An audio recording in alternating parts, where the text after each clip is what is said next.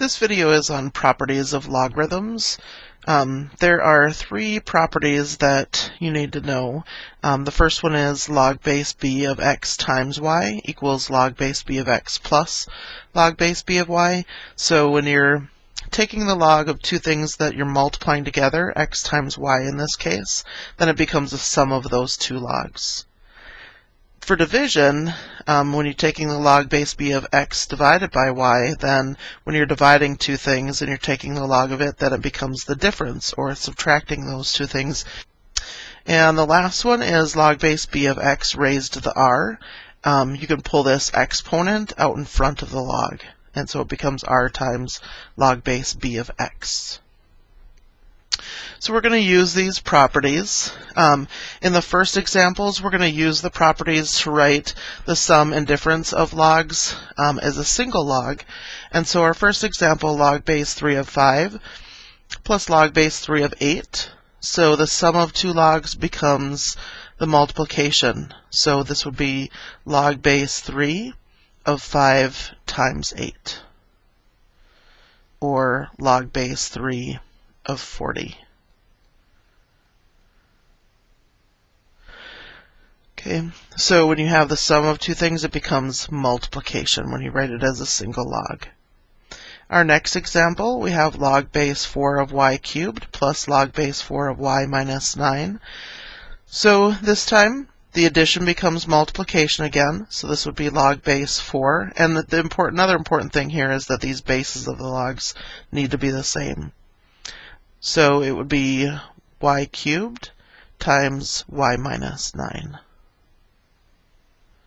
And when you're taking the log of more than one thing, you want to make sure that you have it in parentheses. Like here, the y minus 9 was in parentheses because we're taking the log of that whole entire thing. Here, I put this whole thing in square parentheses because you don't want parentheses of the same shape right next to each other. So we have a round parenthesis here, so that's why I used a square parenthesis here. In our next example, log base 2 of 6 plus log base 2 of x plus 1 plus log base 2 of 4. So now we're adding three logs together that all the logs have the same base. So we can write that as one log and multiplying those things together. So this would be 6 times x plus 1 times 4. And remember, when you multiply, you can switch the order of things. And so I'm going to multiply the 6 and the 4 together first, and then the x plus 1 after that. And again, I'm putting all of it in square parentheses because I don't want the round and the square parentheses. They need to be different shapes so that you can match things up. So you know that these two round parentheses go together and these two square parentheses go together. And again, it's just nice to not have the same shape parentheses next to each other. And we can rewrite this as log base 2 of 24 times x plus 1. And as far as I'm concerned, you don't need to distribute the 24. You can just leave it factored like this.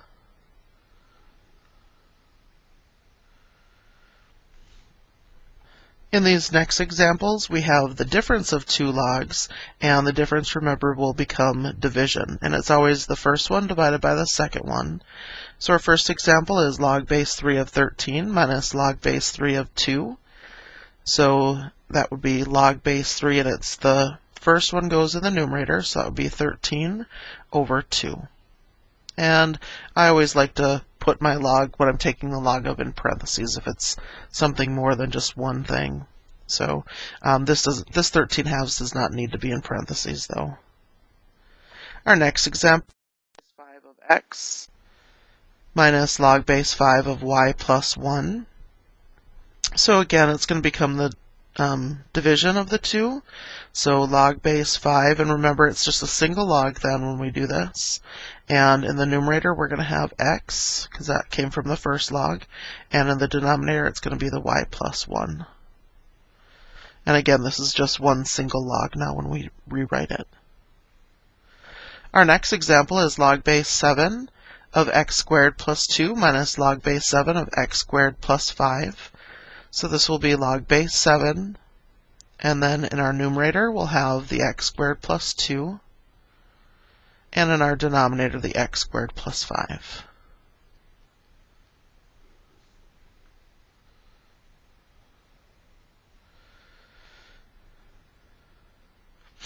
In the next example, we're going to use the power property. So the power property says that if you're taking the log of something that's being raised to a power, you can take the power out front. In our first example, we have log base 2 of x cubed. So taking this exponent, we're going to write it in front. So that would be 3 times log base 2 of x. And this is multiplication between the 3 and the log. In our next example, we have log base 9 of 5 raised to the negative third. So now this time we're going to pull this negative 3 out front. So this is negative 3 times log base 9 of 5. Our next example, log base 4 of the square root of x. So remember, log base 4, we have the square root of x, which can be written as x to the 1/2. Square root of x and x to the 1/2 are the same thing, so this exponent we can pull out in front. So this would be 1/2 log base 4 of x. And our next example, log base 5 of the cubed root of y. So again, the cubed root of y is the same as y to the 1/3. And then you can pull that 1/3 out in front of your log. So 1/3 log base 5 of y.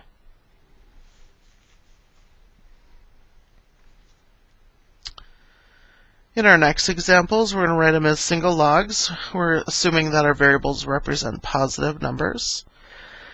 So addition becomes multiplication. So this would be, we have log base 5 of 3 plus log base 5 of x squared. So this would be log base 5 of 3 times x squared.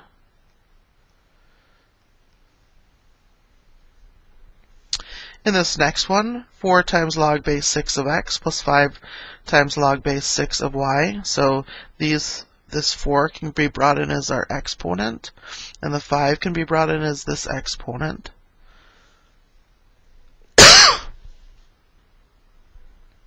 So this becomes log base 6 of x to the 4th plus log base 6 of y to the 5th. And then addition becomes multiplication. So we have log base 6 of x to the 4th, y to the 5th.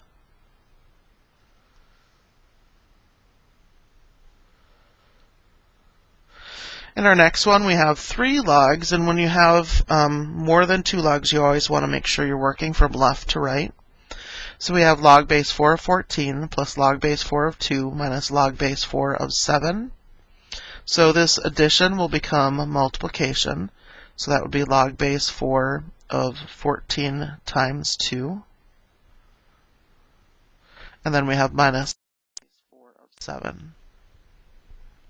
And this subtracting of 7 becomes division. So that would be log base 4 of 14 times 2 divided by 7. And when you can simplify this, you should.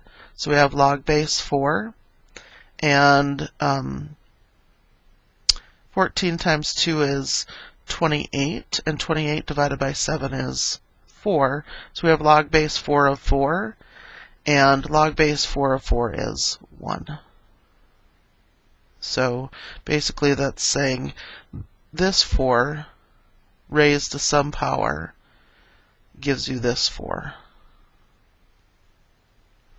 And what power can you raise 4 to get 4? Well, the answer there is 1. That's how we get 1 from that. Our next one, 2 times log base 3 of x plus 1/3 log base 3 of x minus 2 log base 3 of x plus 1. So again, we're going to bring the numbers in front of the logs in as our exponents. That's going to be our first step. And so that will give us log base 3 of x squared plus log base 3 of x to the 1/3 minus log base 3 of x plus 1 squared. So the addition will become multiplication.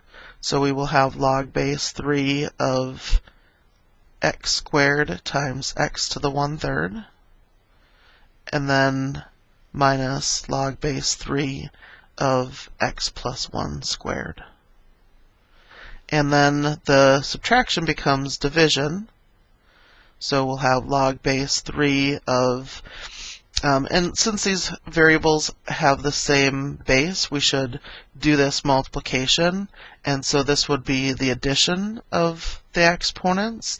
And 2 plus 1/3 is 6/3 plus 1/3. And so that would be 7/3. So that would be x to the 7/3. And then division, we're going to put this one in the denominator, so that would be x plus 1 squared.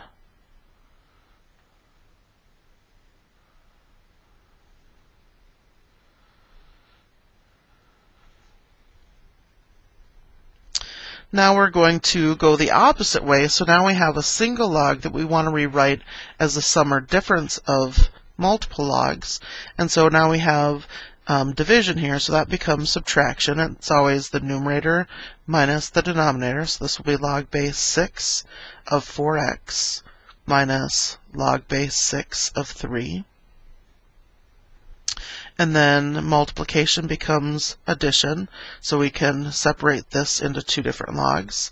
Log base 6 of 4 plus log base 6 of x, and then we have minus log base 6 of 3. And if you can simplify any of these logs, you should do that. We can't simplify any of these. There isn't a nice power we can raise 6 to get 4.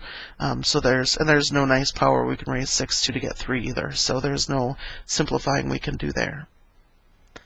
In our next one, we have log base b of the square root of 6x. So this is 6x raised to the 1/2 power, so we could rewrite this as log base b of the quantity 6x raised to the 1/2. And then we can pull this 1/2 out in front. 1/2 log base b of 6x. And then here the multiplication of these two logs becomes the sum. And just be careful on this, because this 1/2 applies to both the 6 and the x, so you have to make sure that you put it in parentheses.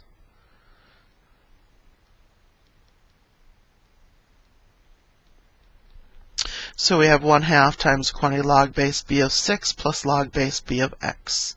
And you could also distribute the 1/2, giving you 1/2 log base b of 6 plus 1/2 log base b of x.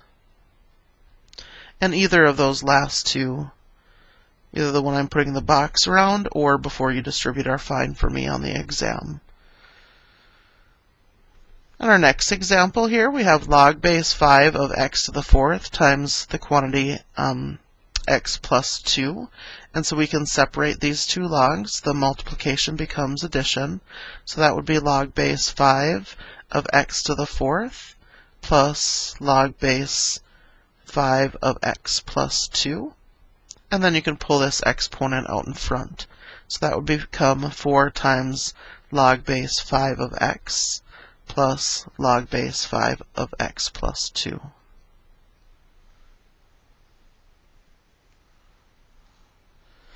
And our last one here, we have log base 5 of the quantity x plus 3 squared over x. So first you would take care of the fact that you have division. That will become subtraction. So log base 5 of x plus 3 squared, our numerator, minus log base 5 of x, our denominator. And the last thing we can do here is pull this exponent out front. So that would become 2 times log base 5 of x plus 3 minus log base 5 of x.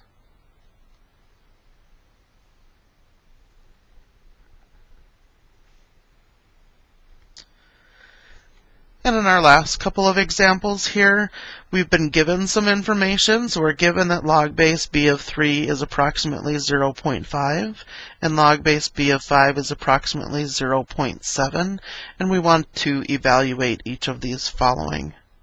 So log base b of 3 divided by 5, that we could rewrite that as log base b of 3 minus log base b of 5. And log base b of 3, they told us, was approximately 0.5. So let me change this to an approximately equal to symbol. And then minus log base b of 5, we're told was approximately 0.7. And 0.5 minus 0.7 is negative 0.2. And again, I'm going to change that to approximately.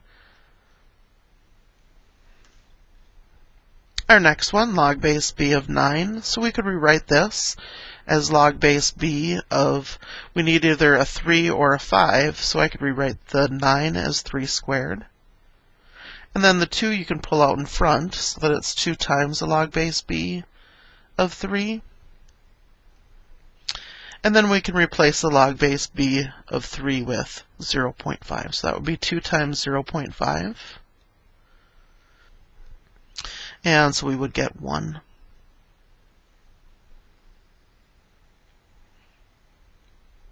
And in our last one, log base b of the cubed root of 5. So again, we can rewrite log base b of 5 raised to the 1/3. And then the 1/3 can be pulled out front. 1/3 times log base b of 5. Oops. And so that would be approximately 1/3 times 0.7. And 0.7 times 1/3 gives us 0.23 with the 3 repeating. And again, I should change that to approximately equal to. Okay, and that concludes our lecture on the properties of logs. Let me know if you have any questions. Thank you.